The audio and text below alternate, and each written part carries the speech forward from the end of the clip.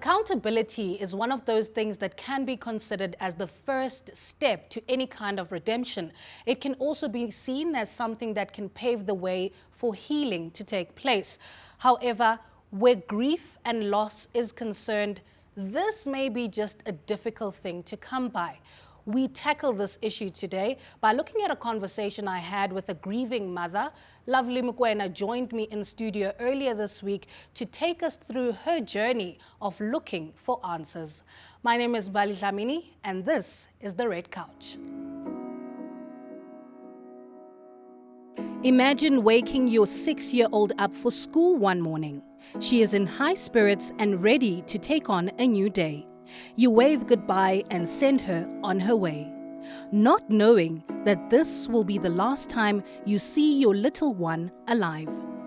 Well, this is the trauma that Mbali Mokoena lives with daily. Mbali lost her daughter Amkelekile Mokoena on the 24th of January this year in what officials are describing as some sort of accident. Little Amkelekile allegedly died after choking on a grape while at school. Mbali joins us in studio today to chat to us about her loss and what role social media has played through this very difficult journey. Mbali, thank you so much for joining us here today and giving yourself some time during this difficult time to have this conversation with us. I'm going to start with offering our condolences as a station. We're very sorry for your loss. I know that this is not easy for you, and I hope that you try and find some sort of strength. I know that it's difficult. I'm going to start somewhere where I think every mom, every parent likes to start, speaking about their child, Tell us a bit about your daughter. What kind of girl was Amu? Sure. It's okay. You can take your time.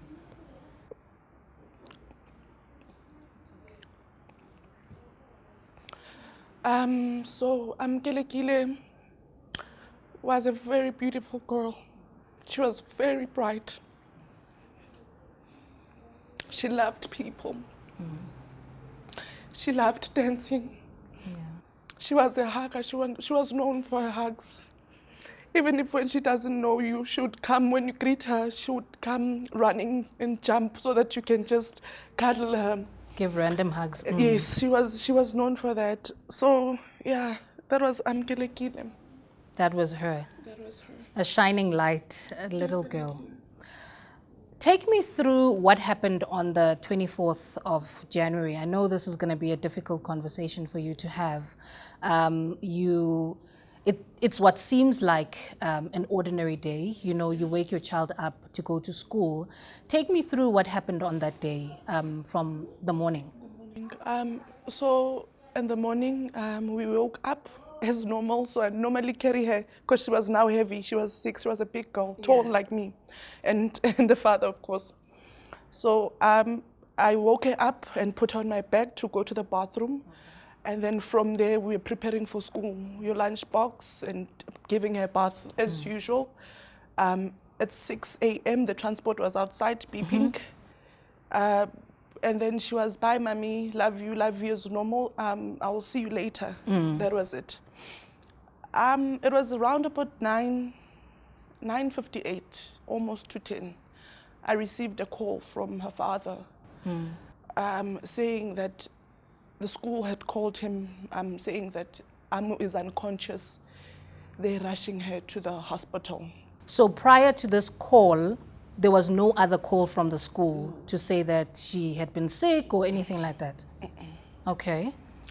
And then immediately I jumped out of bed, wore my clothes, and then drove to the hospital. So the teacher, she WhatsApped me and told me where she was taking her and sent me the location.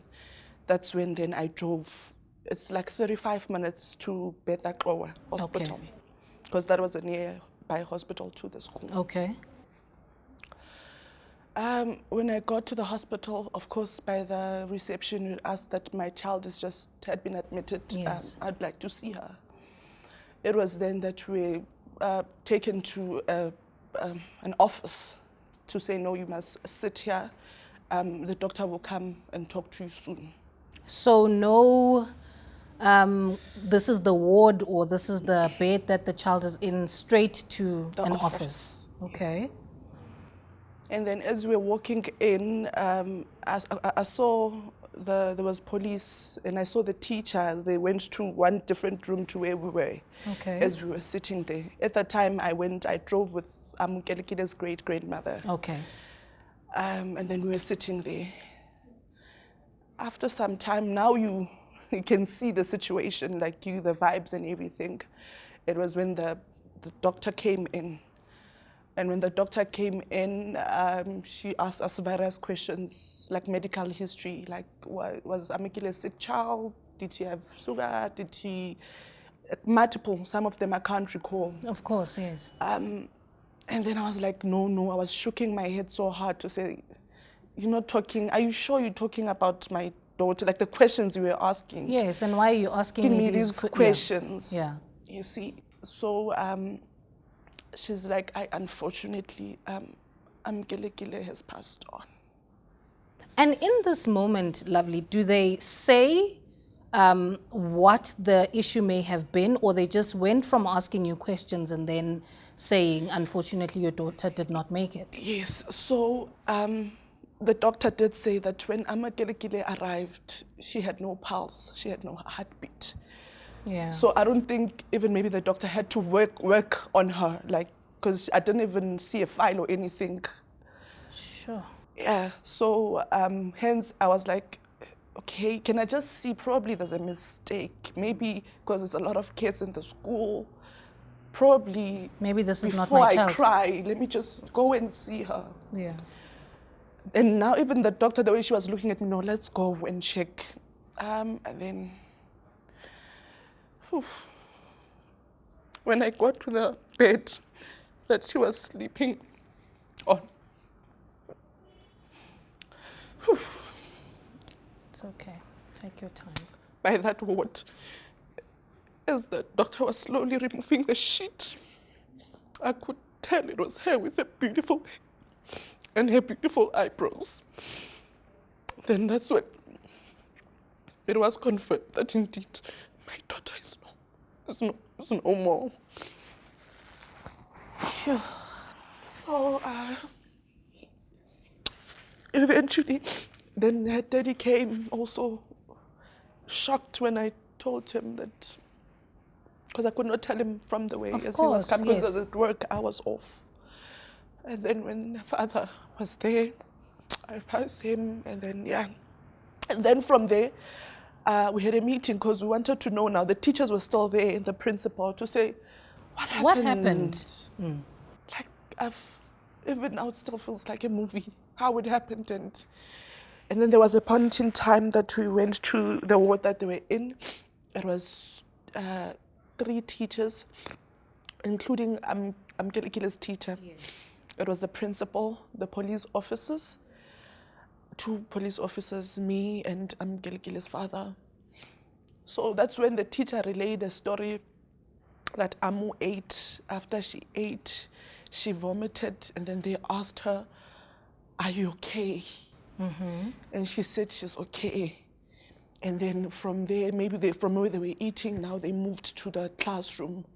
And then from the classroom, she was the 4th child to go in. Okay, so in line she in was line, the 4th. Okay. She was the 4th child to go in. And then when I'm not sure if she was outside, I'm not quite sure what was happening during the time, but it was when she was called by one of the kids, saying that Amkelekile is on the floor. She doesn't want to wake up. So the teacher was not there with Amkelekile when she collapsed? When she collapsed. And so do we know the time frame between the time that Amu vomited to the time that she was going to the class? To the class, no. And they don't say anything about whether or not she looked sick, because as a parent, I would think that if my child is at school, for example, and he either has I also have an 8-year-old, and let's say something happens at school, I would think that you will give me a call and say, Mommy, Yes. your child has, none of that happened. None of that happened, hence we are here today to say they must come forth and let us know what really happened. Because from there, that's when she said, when she tried to pick up Amu, she was heavy. That's when she went out to ask for help. So how has the communication been from either the school or, I mean, you mentioned there's police involved now, the school is involved. Obviously, I'm guessing the Gauteng Education Department as well should know about something like this. How has the communication been since you were told in the hospital that your daughter is no more to now that we're sitting here today? No communication at all. Or for them to advise me that there's a pending investigation or something like that. Nothing from their side. They did come to the funeral, and the following day they did bring Amukelekile's bag because it was left behind. And yeah, so far there's nothing from them, even after everything. And then with Department of Education, after I've posted, there was a lady on the 28th, there was a couple of emails sent out. There was a lady by the name of Mbuyiselo who said she's working on it. She replied to say that she's got this. And then I think his superior then allocated her to look into the situation. And then it went quiet until I posted. So you're talking now, we're going to move just a bit to you posting. And this is centered around what our conversation today is, the use of social media in situations like this. You had to resort to social media, you know, to use it in order for you to get help. Yes. How did that come about? Sure, it was just because I had questions. Of course. And I needed them to be answered. And at the time we were talking, we were not given answers. For example, when we're sitting there in that ward, Amkelekile's father asked them, what's your first line of response in a situation like this? You've got a lot of kids. Yes. What is your first line of response from the time that Amu was vomiting? Why didn't you call us? Why didn't you take her out and put her on a sick bay? Why didn't you monitor her from there? And why all of those things did not happen? Only after she's unconscious, you now making contact. Phone calls, yeah. So your social media post was around, we are demanding answers. I'm demanding answers. From the department, from the authorities, from everyone essentially. And how was your post received by people on social media? Because this is now you putting your grief out to complete strangers. You know, a tragic situation has taken place. Your child is no more. And you now have to seek out the help of strangers in order for you to get answers, because you're not getting them from the people you trusted with your child essentially. How was the response there? To be quite honest, firstly it was difficult for me to take that move because now my pictures, they're all over, which is not fair. Yeah. And it's not okay for me putting her face out there. But because I want to fight, we want to fight for her, so that in that school, should something like this happen, they should need to know what to do. Another mother can't go through what I'm going through now. So putting my story out there has helped a lot, hence I'm here. It has helped a lot. Most of the people are feeling my pain. Because I was also allowed, if you can go to my page, Facebook page, and Facebook or Instagram, or even WhatsApp, every day my daughter was there. So with everyone, even a family, we are all shocked, as much as I'm still in disbelief of that she's gone. But you will have people who are negative, and you'll have people to say that teachers, they're not nurses, they're not doctors. You'd have people who will bash the situation, but this is bigger than them. You touch on a very important point there. You know, after a decision has been made to put something on social media, there's also people who feel quite entitled then to your life, to your space, to your grief, you know. How has that been for you? How have you been handling those negative comments, those people who seem to think they can essentially tell you as the mom how it is that you're supposed to be feeling at a particular time. Maybe they feel like you're being dramatic. Maybe people will say a whole lot of different things where when you read the comments, you ask yourself, how is this even possible? How have you been dealing with that? Sure. People can be brutal. And they don't even want to put themselves in your situation. Yes, there are people who think I'm a grieving mom. There are people to say, but your child is not the first child to die. Why are you've been dramatic, as you are saying? But hence I'm saying is that I'm demanding answers, so I need to block my mind from certain things, because I know what I want. I want the school to account. So whether they say what they say, it's not about them. I thank God I am here. Someone is listening to my story, and probably justice will be served. Or the school will account and say, we see that we're negligent. Yes. We are sorry or something. So, yeah. Coming here and sitting down with me is a very brave move, and I don't take it lightly at all. If you had an opportunity to tell the people who essentially you took your child's life and you placed it in their care and in their hands for a couple of hours in a day, but you trusted them, if there was something that you could ask for today using this particular platform, what would it be? From the school? Yes. To MEL International Primary School, please come forth and tell us what really transpired on that day. And please be honest and take accountability. Lovely. Thank you so much for making time to talk to me today. I really do appreciate it, and I hope that you being able to share your story and fight for your daughter in the way that you're doing yields the kind of results and possibly leads to the kind of closure that you need and the kind of peace that you need.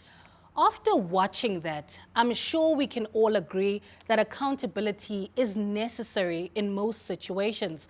In the case of Lovely Mokoena, I believe somebody should have given her answers by now. Those answers may not bring her daughter back to life, but they can perhaps help her to heal. Let's take a look at this for a moment. When was the last time that you took accountability for a situation? Because the reality is, when someone comes to you and says, "You've hurt me," you don't get to decide that you didn't. Instead, in that moment, what you should do is take a look at that situation and say, what role did I play in their pain? And that is where accountability starts. Until next week, thank you and goodbye.